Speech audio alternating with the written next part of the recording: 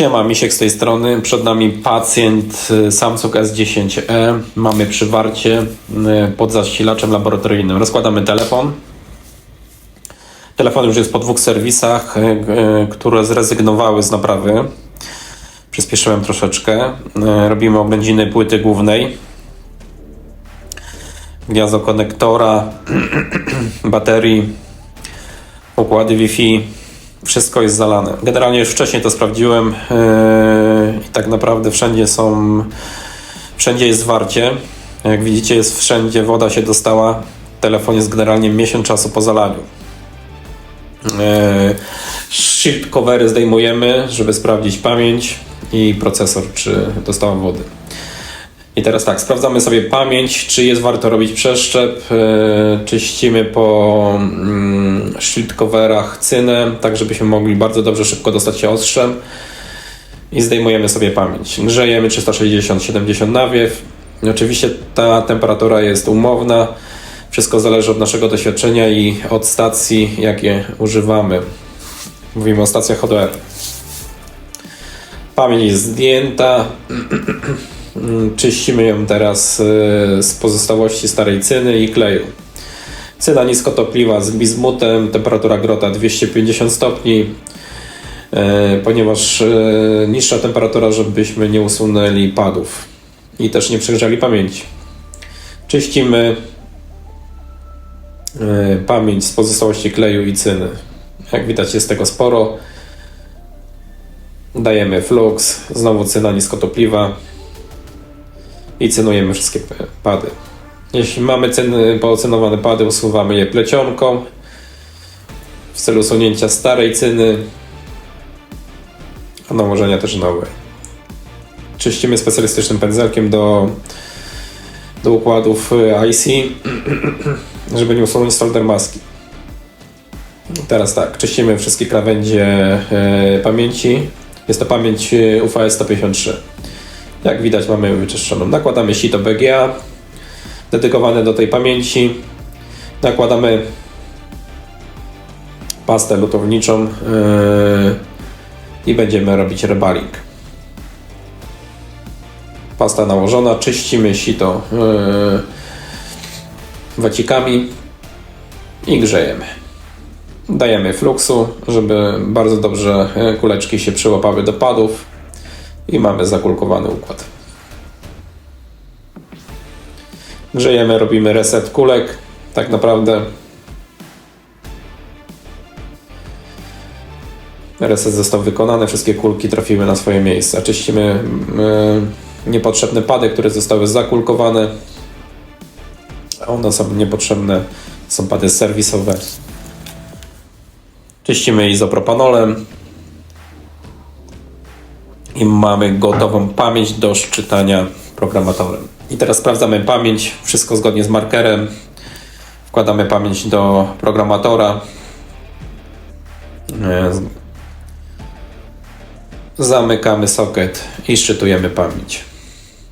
Jak widzimy, pamięć nam się szczytała, jest wszystko ok.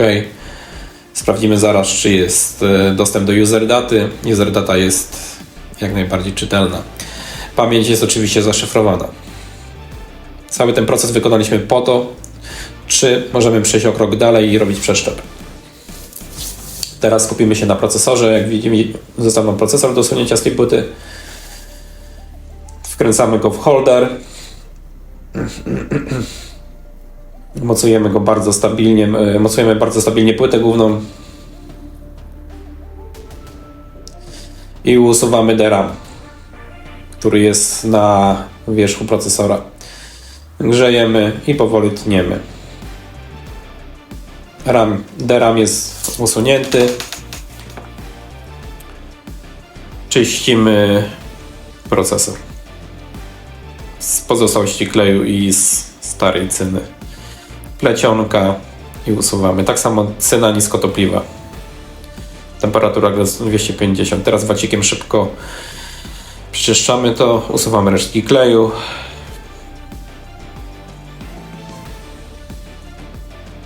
Jak widać, jest tego sporo.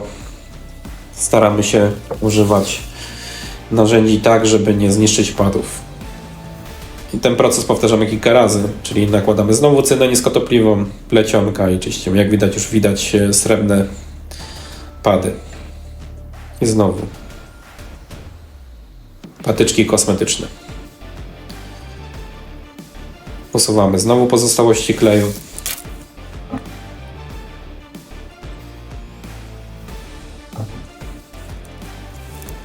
Czyścimy, czyścimy, czyścimy. Pędzelek specjalistyczny do oczyszczenia układów IC.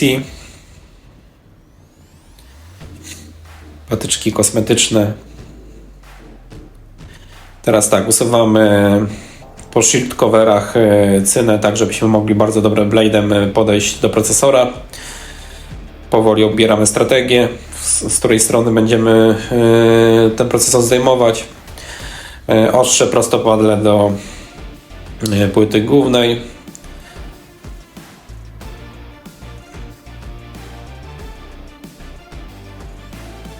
I nagrzewamy. Zmieniamy temperaturę 370 na nawiew 70 i grzejemy. Ruchy kuliste, tak żeby jak najszybciej dogrzać ten procesor, żebyśmy mogli go bardzo szybko zdjąć.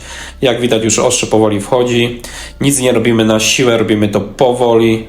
Jak czujemy, że ostrze wchodzi, to po prostu popychamy to ostrze do przodu. Procesor zdjęty. Jest to procesor Exynos 9820. Niektóre pady techniczne odpadły z płyty głównej, ale to w niczym nie przeszkadza, bo ta płyta już jest do wyrzucenia. Teraz tak, podgrzewacz, temperatura 250 i czyścimy procesor. Patyczki kosmetyczne, jak widać bardzo nam szybko to bardzo ładnie schodzi. Dajemy flux, powtarzamy proces, czyścimy, czyścimy.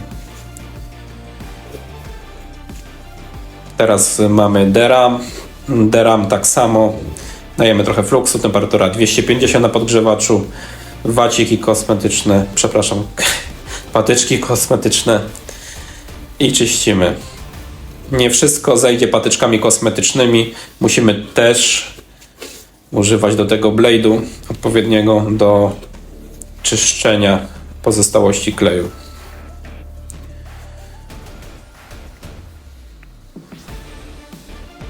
No jak widać, używamy teraz tego blade'a.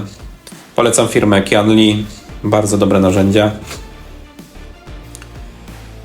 I czyścimy wszystkie tutaj narożniki, wszystkie pady. Ta powierzchnia musi być czysta, ponieważ jak przejdziemy do procesu rebalingu i będą pozostałości kleju, ten układ nie będzie dobrze nam leżał. Teraz powierzchnia DRAM-u, wszystkie krawędzie czyścimy z pozostałości kleju i cyny, ponieważ taka kulka cyny może się później nam dostać pod układ i złączyć nam następne kulki, co spowoduje nam zwarcie.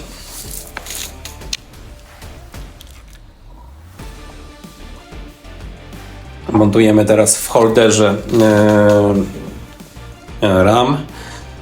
Dajemy flux, cyna z bizmutem niskotopliwa, temperatura grota 250 i cynujemy.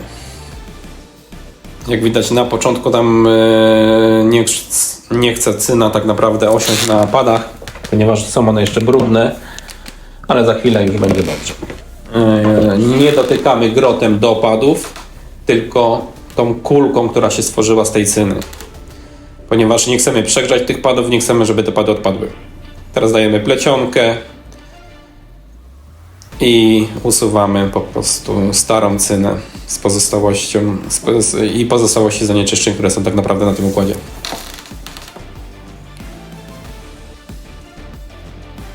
Czyścimy i powtarzamy proces. Niektóre pady są ciemne, nie przejmujemy się tym tak naprawdę. Ważne, żeby one były czyste.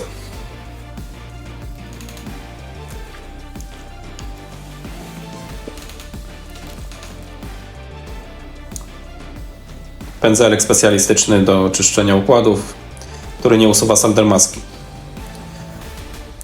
A jego zadanie jest po prostu, żeby te pady wszystkie były czyste. Oczywiście robimy to Bardzo delikatnie.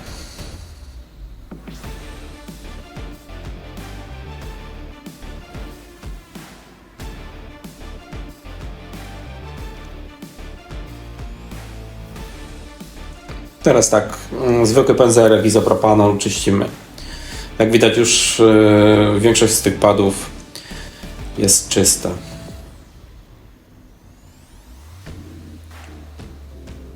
Chusteczki bezpyłkowe czyścimy i polerujemy. Musi ten układ, tak naprawdę ten DRAM musi być bardzo czysty, ponieważ jest to istotne w procesie rebalingu.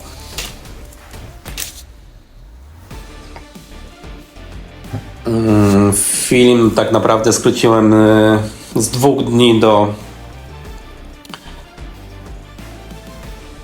1 godziny, ponieważ musiałby ten film trwać z 15 godzin. I znowu czyścimy, ten proces powtarzamy, cały czas pracujemy. Oczywiście tak robimy, żeby nie przegiąć, żeby nie usunąć solder maski i żeby pady nie podpadały. I tutaj już wkracza doświadczenie do gry. Oczywiście wszystkie narzędzia muszą być dostępne pod ręką. Dbamy o czystość.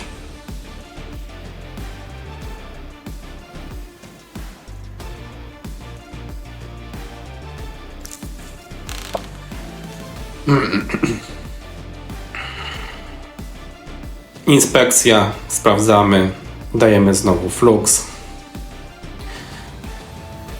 Znowu nanosimy cynę z bizmutem. Temperaturą agrota 250. Cynujemy wszystkie pady.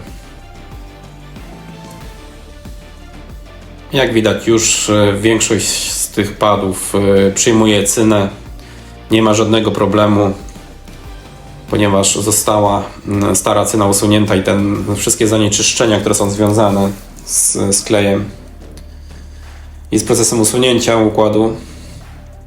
I teraz znowu plecionka i czyścimy dokładnie wszystkie pady. Wszystkie pady muszą być idealnie czyste do procesu rebalingu. Pracujemy grotem.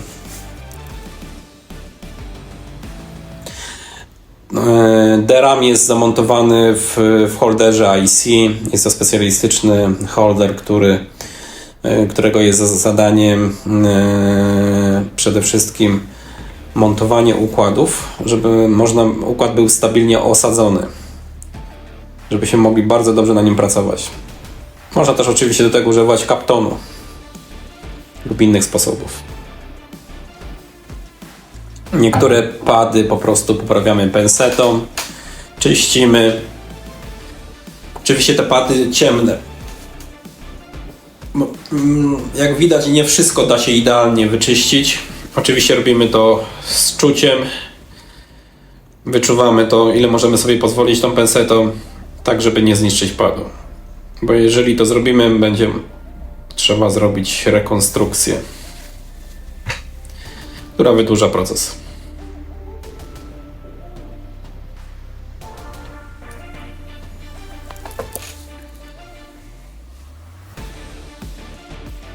I znowu czyścimy. Specjalistyczna szczoteczka Kianli.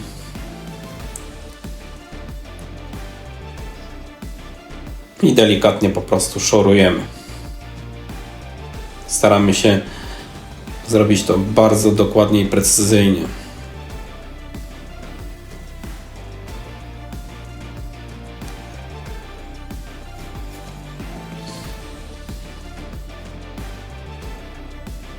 Pracujemy. Oczywiście ten proces jest przyspieszony. Trwa on trochę dłużej.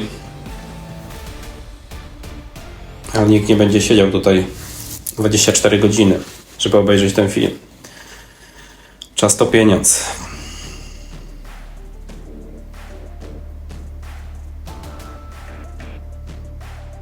Poprawiamy pady. Jak widać, są jeszcze pozostałości cyny.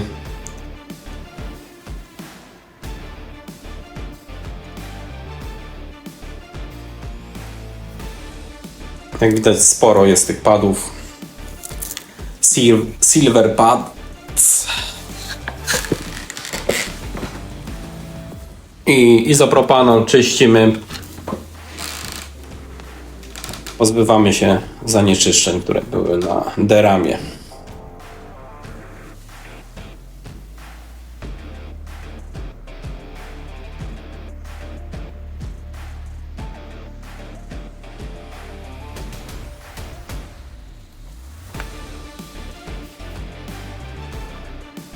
Powoli ten proces kończymy.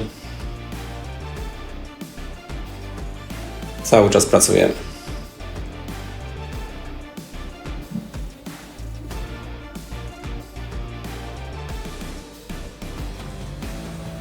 Jak widać, nie jest to takie wszystko proste.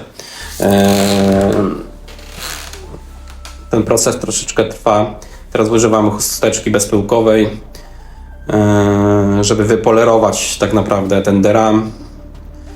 Jak widać, on już wygląda mega fajnie.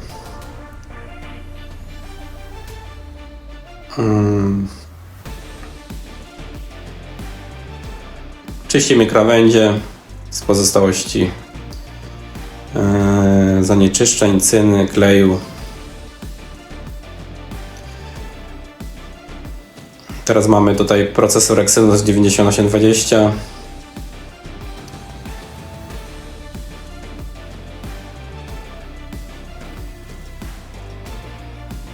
Używamy do tego skalpela i czyścimy krawędzie.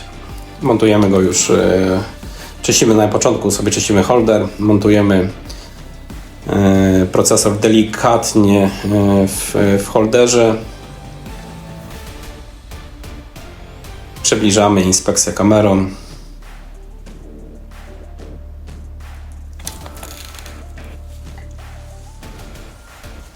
Temperatura 100 i usuwamy jeszcze pozostałości kleju.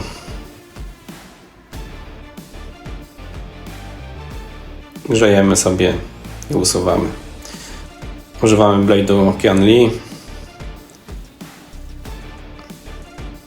Ten blade nie jest ostry, także nie uszkadza układu. Pod odpowiednim kątem po prostu usuwamy. Jak widać, narożniki procesora Exynos są jeszcze w tym kleju. Musimy to usunąć, ponieważ będzie to nam później przeszkadzało to przy procesie rebalingu. Szczoteczka do układów IC i czyścimy po prostu ten układ.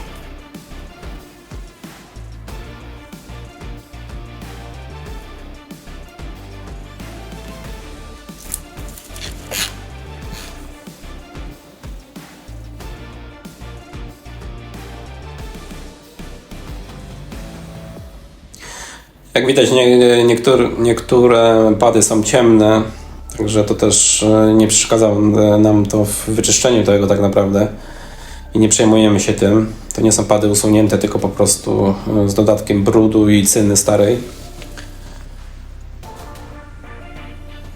I czasem do tych padów przywierają pady techniczne, które zostały usunięte z płyty głównej. Ale tego pozbędziemy się tak naprawdę cyną. Jak widać, jest tego kleju jeszcze sporo.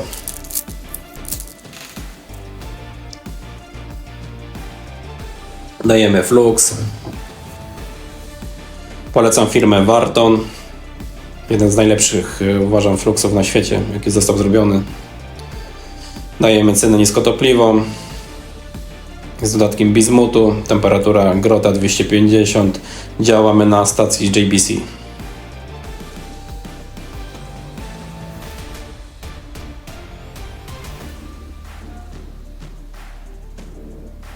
Cynujemy wszystkie pady.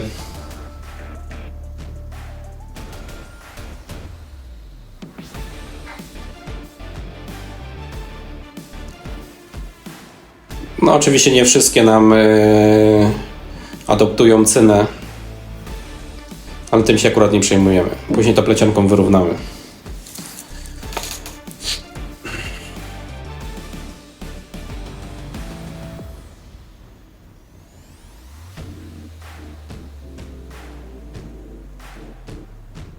Oczywiście staramy zachować się ostrożność przy procesorze, dlatego że używając temperatury, grota i tak dalej, staramy się robić to bardzo delikatnie, żeby nie uszkodzić padów, powierzchni, solder maski procesora.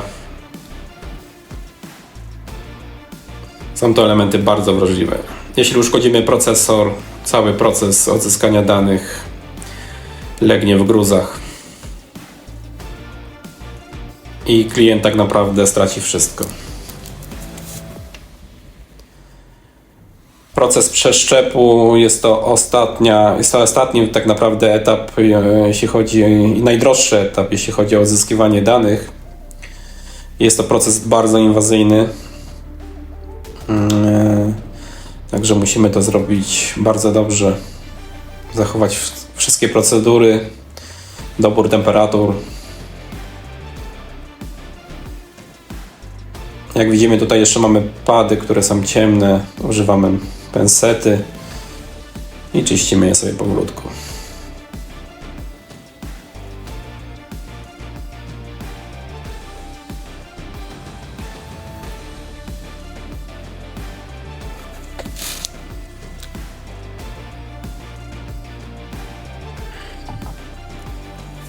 Czyścimy izopropanol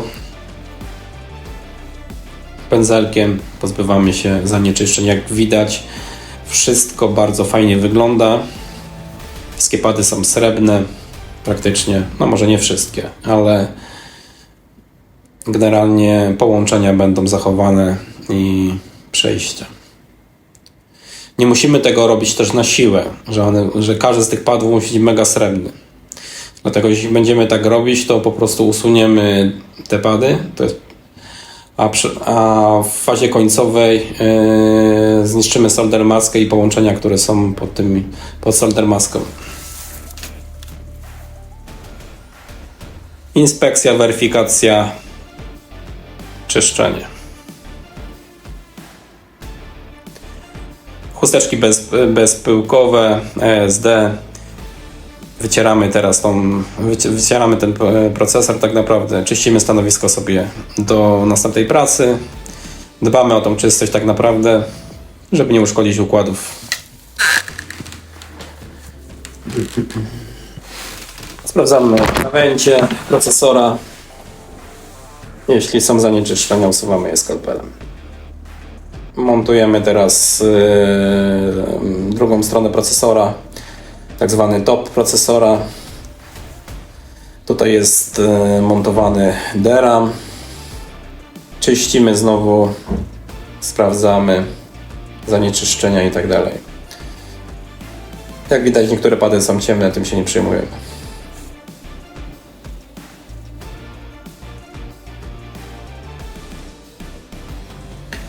Robimy polarka.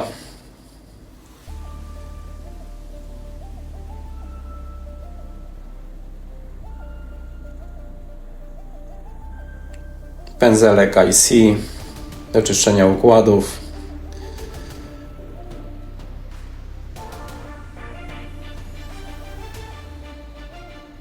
I polerujemy. Cały czas polerujemy. Staramy się, żeby te pady były w większości srebrne. Znowu izopropanol. I zmywamy te wszystkie zanieczyszczenia, bo ten pędzelek tak naprawdę wyciera te pady i te mikro zanieczyszczenia, czyli ta mikrocyna, ona tam pozostaje. Teraz chusteczka i delikatnie ręką po prostu polerujemy i czyścimy.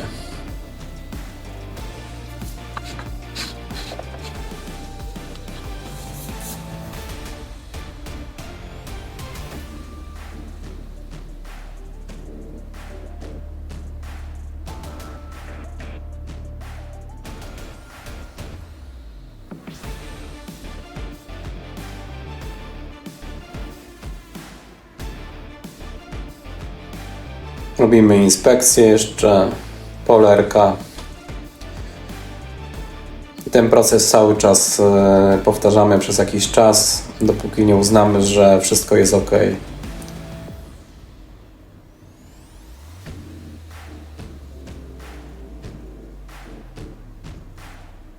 Jak widać, mamy gotowy procesor Exynos do rebalingu. Jeszcze kosmetyczne działania.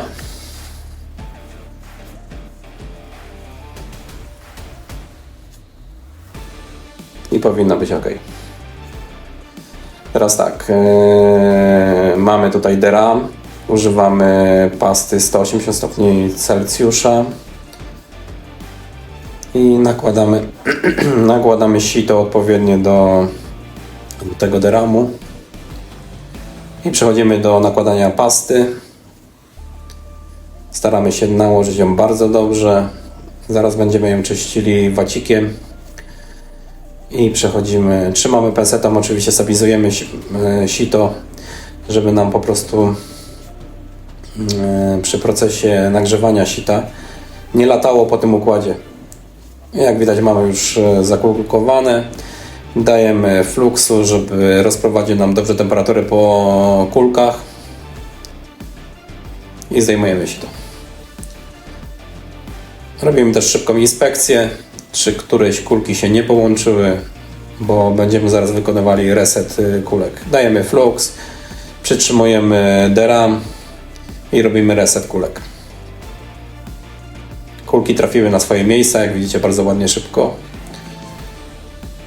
Delikatnie pensetą zdejmujemy, czyścimy stanowisko. Montujemy w holderze IC. I czyścimy po prostu teraz z pozostałości z propanu. To jak widać, wszystko bardzo ładnie nam się zakulkowało.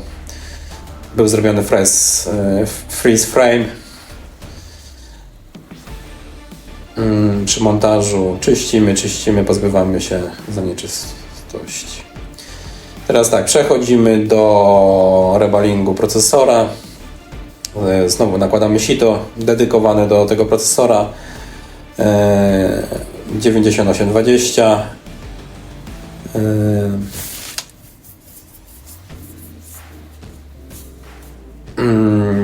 I teraz sprawdzamy sobie, czy to sito dobrze leży.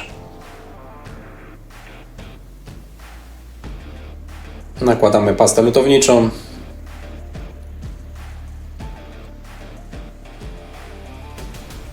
Czyścimy chusteczkami bezpyłkowymi z pozostałości pasty.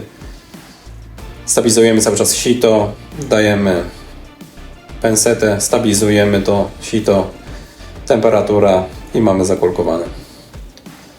Oczywiście jakieś małe drobne zanieczyszczenia, teraz szybko flux. Robimy reset kulek, żeby każda z nich tak naprawdę trafiła na swoje miejsce.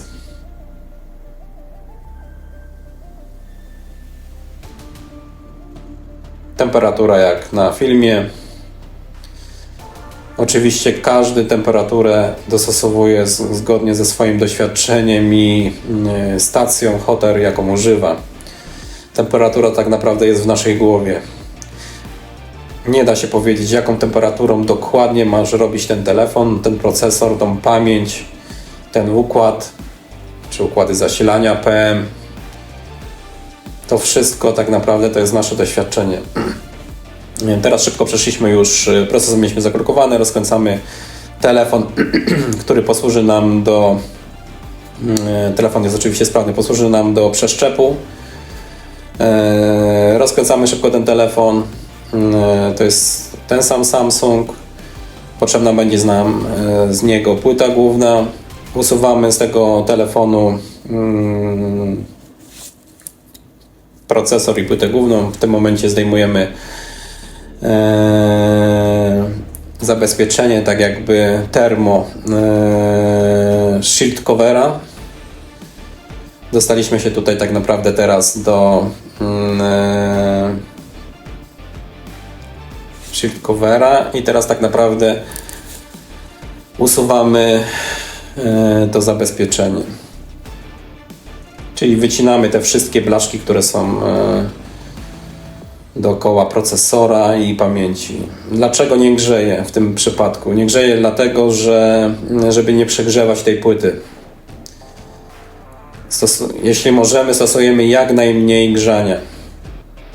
No jest to trochę dłuższy proces. Oczywiście uważamy na wszystkie elementy półprzewodnikowe, które są na tej płycie i tak dalej. Podwijamy, zwijamy. Odcinaczki boczne po prostu skręcamy i usuwamy. Z tej płyty zostanie usunięty procesor i pamięć po to, żebyśmy mogli z telefonu zalanego włożyć pamięć i procesor. Ponieważ ta płyta jest sprawna i działa. Nie przejmujemy się, że tutaj usunęliśmy troszeczkę elementów płyty głównej, jeśli chodzi o mocowanie shield covera. Usuwamy właśnie pozostałości cyny po tym shield coverze po to, żebyśmy mogli dobrze blade'em dostać się do pamięci, do procesora. Tutaj musimy zachować ostrożność,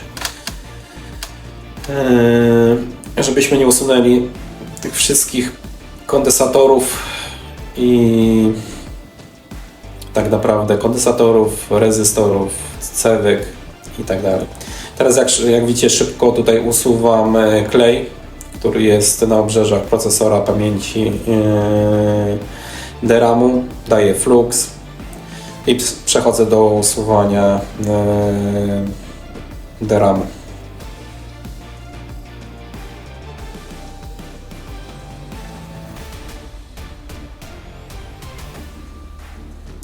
W ogóle swap procesora pamięci jest bardzo ciężką pracą, wymagającą bardzo dużej ilości cierpliwości, ponieważ jeden nasz błąd może zniszczyć wszystko, co jest zawarte w procesorze, jak i w pamięci, czyli dane pójdą do kosza.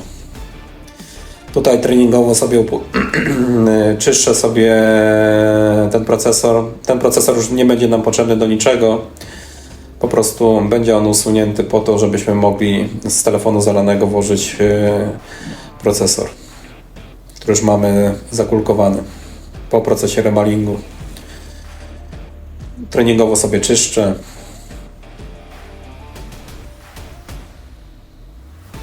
Usuwamy klej.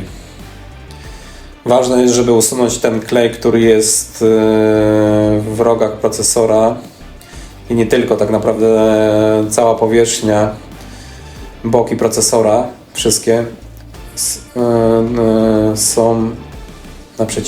są obok komponentów.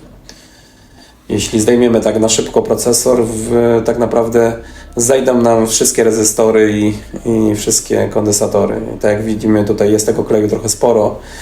Usuwamy to za pomocą specjalnych blade'ów.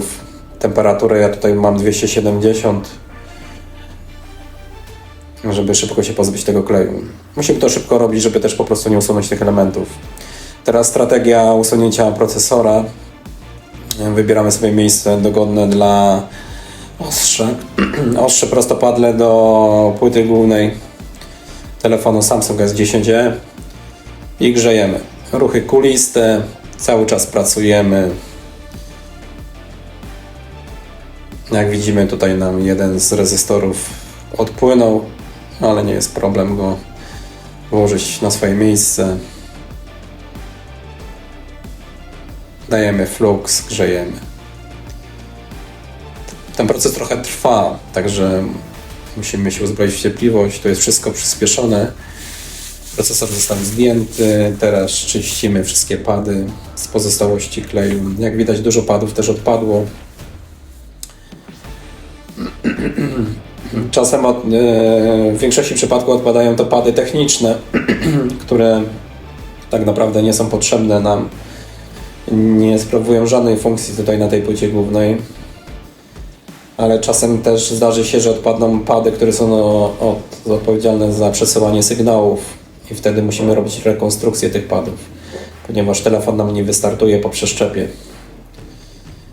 No i żmudny proces czyszczenia skleju.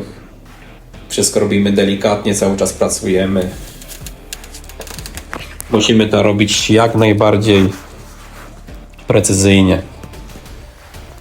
Cyna niskotopliwa z bizmutem, temperatura grota 250, stacja JBC i jazda. plecionka i tak ten proces powtarzamy wielokrotnie. Staramy się w ogóle, używając tej plecionki, nie usunąć innych komponentów płyty, ponieważ później będziemy mieli duży problem. I może coś nam później nie zadziałać. Możemy nie zwrócić uwagi czasem, że usunęliśmy 2 rezystory po drodze. No jak widać, już wszystko zaczyna wyglądać bardzo fajnie. Musimy co widzimy, te zacynowane kulki po prostu usunąć. Ostry blade, narożniki tego sokietu, gdzie będzie montowany tak jakby procesor, musimy po prostu usunąć tutaj. Cały czas praca blade'em. Temperatura, grzejemy. Jak widzicie, ja czasem zmieniam 270 na 100, no to już jest podyktowane doświadczeniem. Generalnie staram się używać niższych temperatur, żeby po prostu nie przegrzewać tej płyty. Mamy czysty soket pady od procesora. Tak naprawdę teraz czyścimy pamięć dookoła, tak naprawdę żebyśmy mogli pozbyć się z tego kleju i przechodzimy do procesu usunięcia tej pamięci. Dajemy flux, blade prostopadle, grzejemy.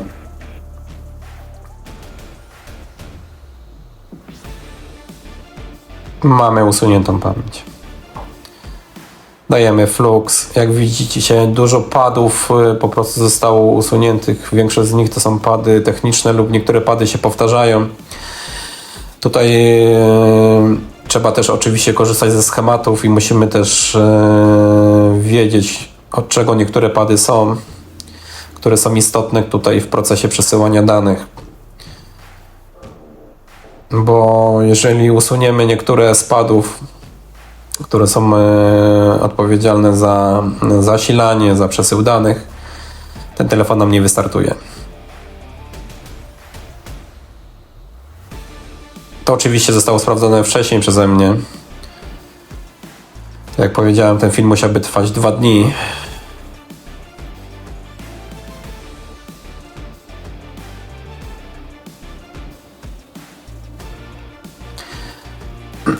Każdy krok jest tutaj ważny.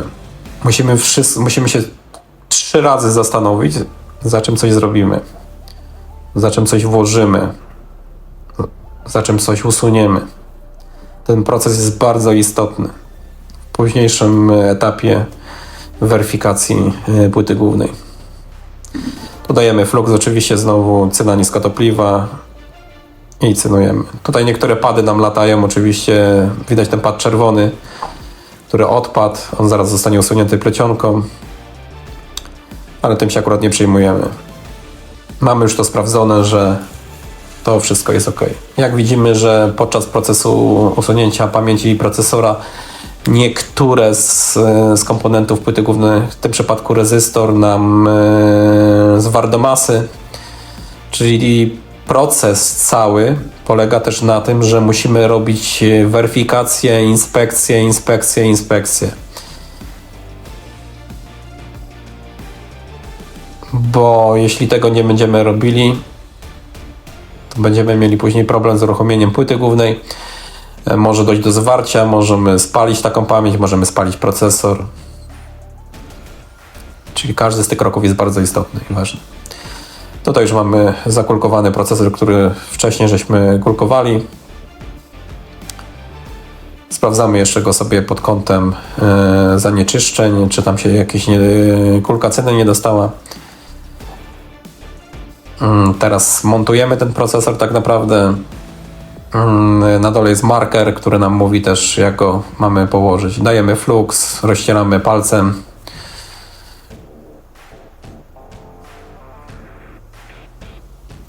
I mamy procesor 9820. Montujemy ten procesor zgodnie z markerami. I tutaj musimy zachować wielką ostrożność przy grzaniu. Tutaj też już oczywiście dochodzi doświadczenie. Cały czas robimy inspekcję, cały czas sprawdzamy, czy wszystko jest prosto.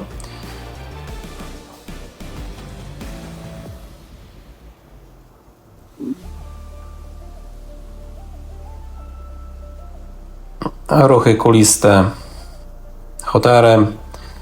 370, temperatura nawiew 50 w tym przypadku. Robimy kuliste ruchy i po prostu grzejemy. Chcemy dogrzać każdą część tego procesora. Jak widać, widzimy tutaj, że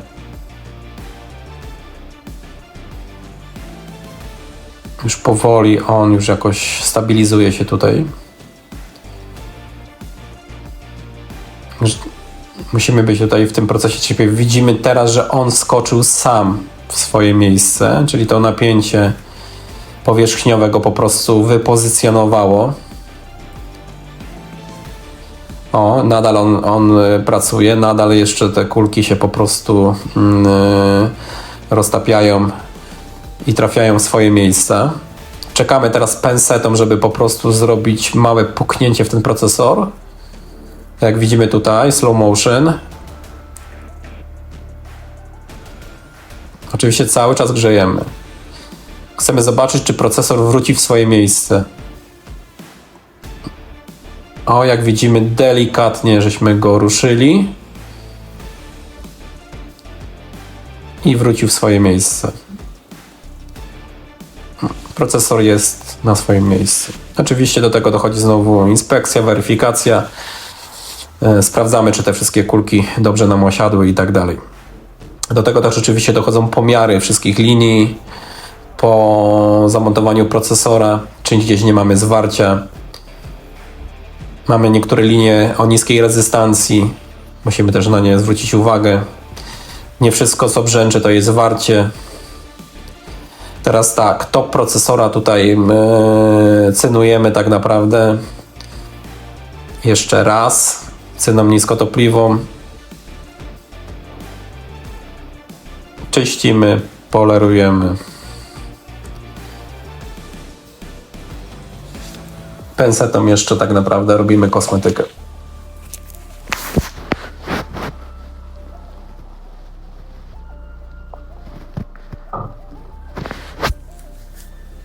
Specjalistycznym pędzelkiem jeszcze po prostu usuwamy ten osad i nalot.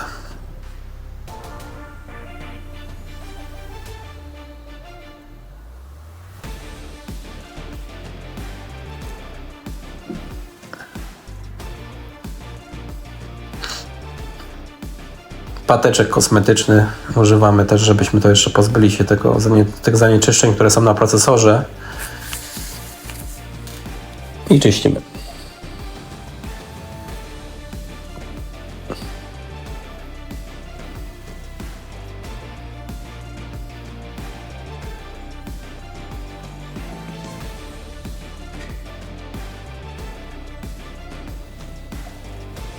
Czyścimy dopóki nie uznamy, że jest już gotowy do osadzenia DRAM-u.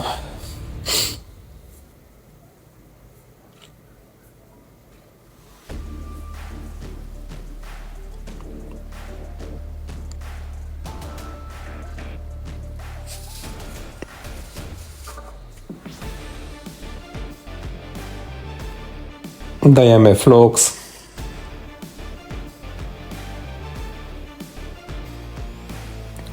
I teraz będziemy wkładali DRAM.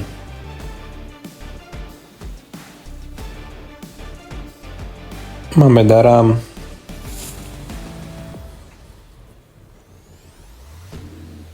Pamiętamy, że on jest zakolkowany cyną 180 stopni Celsjusza. I niższą temperaturą będziemy też po prostu grzali. Chodzi nam o to, żebyśmy nie ruszyli procesora.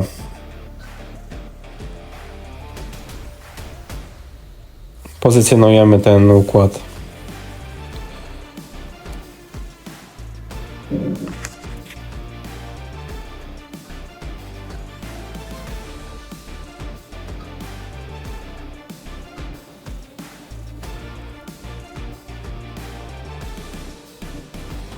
Jak widać, ten proces troszeczkę trwa. Mamy tutaj też markery tutaj na procesorze. Nimi się też sugerujemy. No i przechodzimy do temperatury 270, nawiew 70 i grzejemy.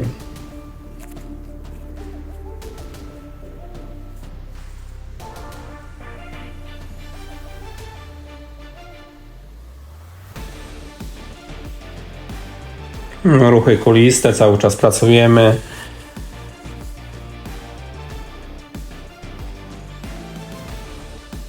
Cierpliwość, cierpliwość, cierpliwość.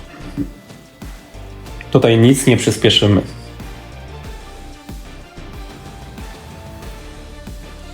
Jak widać, już flux pracuje nam pod układem. Tak naprawdę już ta temperatura tam się adoptuje do rozpuszczenia cyny. I czekamy też po prostu, jak ten DRAM nam osiądzie.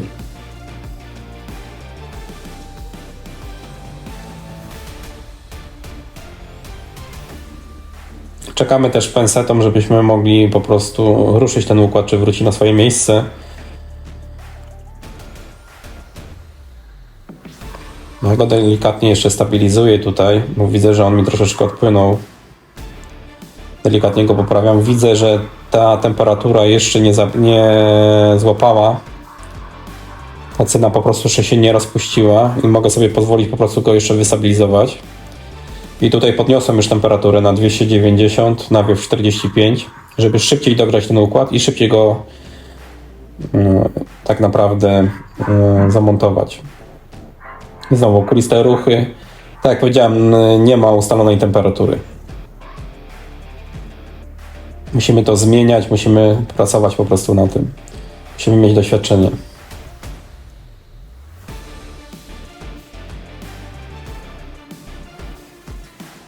Dogrzewamy ten DRAM, cały czas pracujemy. Ruchy kuliste, tak żeby jak najszybciej rozprowadzić tą temperaturę. Sorry, ale jestem chory i dlatego ciężko mi jest mówić.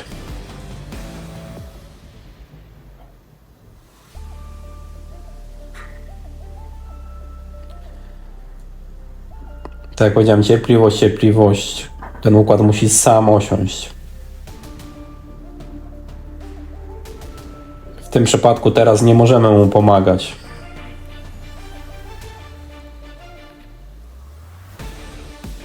Jak widzimy, podwyższyłem znowu temperaturę, ponieważ dałem 350. Stopniowo go dogrzaliśmy.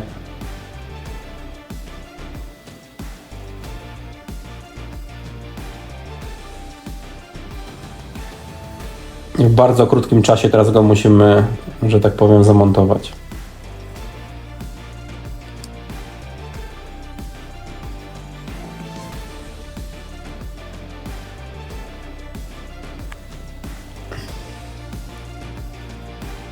Dajemy flux, żeby temperatura jak najszybciej się rozeszła po wszystkich kulkach pod DRAM-em. Dajemy wszystkie obrzeża.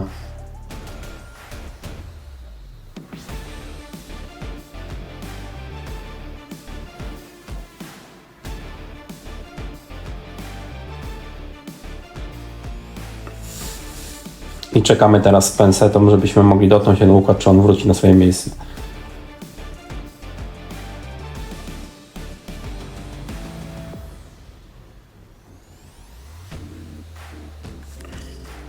Jak widzimy, on już wypozycjonował się, teraz drugi raz.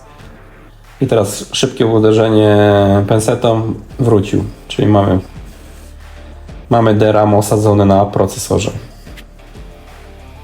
Teraz szybkie czyszczenie padów, gdzie będziemy montowali pamięć UFS.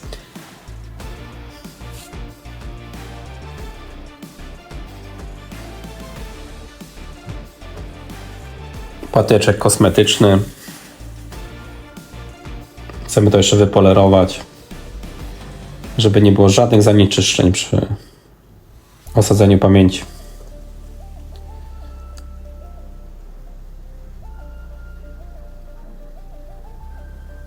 Dajemy flux.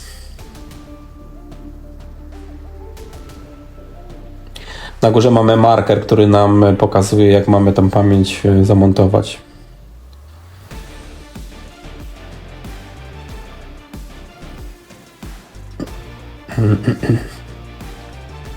Staramy się jeszcze usunąć jakieś zanieczyszczenie, które jest na środku tutaj pamięci UFS.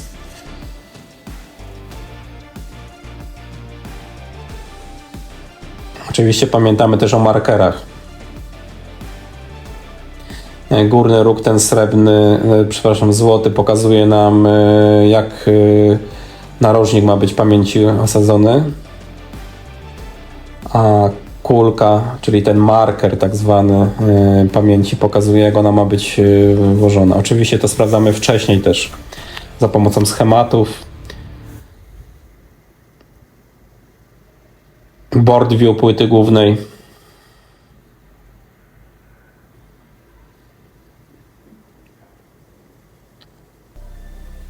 Bo jeżeli odwrotnie włożymy pamięć, no to możemy ją przede wszystkim uszkodzić.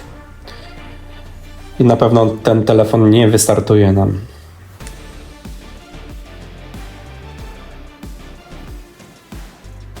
Delikatnie teraz tak naprawdę jeszcze go pozycjonuję tą pamięć. Tutaj się kłania doświadczenie też. Musimy zwrócić na wiele rzeczy uwagę. Jeżeli ona będzie krzywo, to napięcie powierzchniowe tak naprawdę nam nie wypozycjonuje tej pamięci. Jest wiele czynników, na które musimy zwrócić uwagę. Teraz szybkie ruchy kuliste i grzejemy.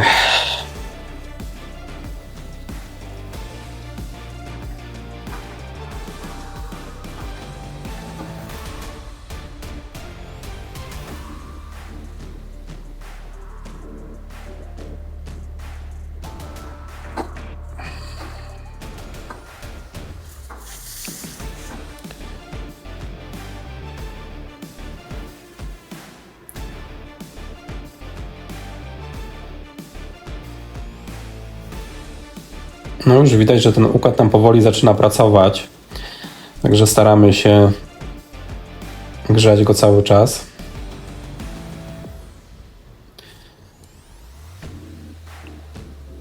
Dajemy flux, żeby szybciej tą temperaturę po prostu rozprowadzić. W tej fazie późniejszej ten flux dajemy dlatego, żeby ten układ nam nie pływał. On już jest nagrzany, ten flux się bardzo szybko rozpływa i szybko nam pomoże też ten układ wypozycjonować.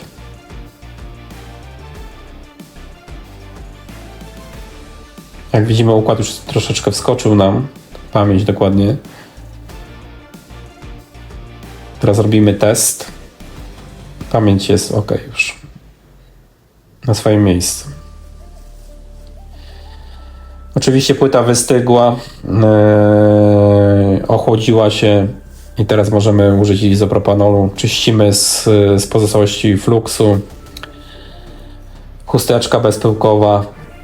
Dbamy o tą czystość tak naprawdę, bo czasem pozostałości cyny zostaną, mogą robić nam zwarcie.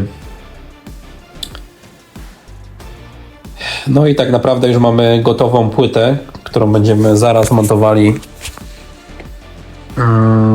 Będziemy robili test. Ja wcześniej oczywiście zrobiłem jeszcze pomiary multimetrem, czy nie ma zwarć, czy wszystko jest w porządku. Posprawdzałem większość linii, procesor kontra pamięć, także wszystko z pomiarów wyszło ok. Teraz będziemy robili test, czy wszystko po prostu nam zadziała, czy przeszczep się udał. Tutaj na szybko naklejam termopady, ponieważ te płyty bardzo się grzeją, a tutaj były shield covery usunięte, także musimy pamiętać o tym, że też musimy po prostu włożyć. Tutaj jak widzimy też korpus telefonu, tam jest duży taki radiator, który ma zadanie odprowadzać temperaturę. Na szybko składamy cały telefon, czyli wszystko, czyli wszystkie kamery.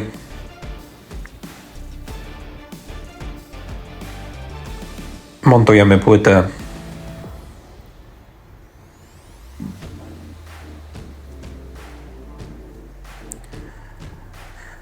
Oczywiście używamy pensety plastikowej, żebyśmy gdzieś nie zrobili zwarcia.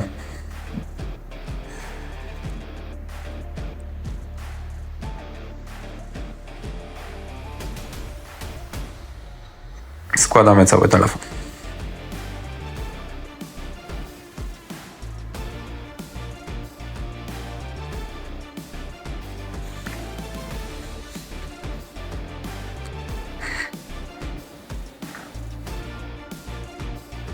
Przykręcamy wszystkie śrubki, bo to też jest bardzo istotne, żeby płyta dobrze dolegała do radiatora. Telefon skręcony, szybki test poboru prądu. Zobaczymy, czy telefon w ogóle się ładuje. No i zajebiście. Telefon pokazał nam znaczek ładowania, ale czekamy na to, czy dalej ruszy proces ładowania, bo to nie zawsze oznacza, że jest wszystko ok. Ruszyło, włączyłem telefon. Czekamy teraz dalej, czy przejdzie proces logowania się. Przeszedł pierwsze logo, teraz drugie logo. Czasem jest zwiecha i wiesi na tym drugim logo. Musimy wtedy powtórzyć proces rebalingu. Lub jest problem z pamięcią lub z procesorem. Jest bardzo dużo przyczyn, dlaczego może nam telefon nie ruszyć.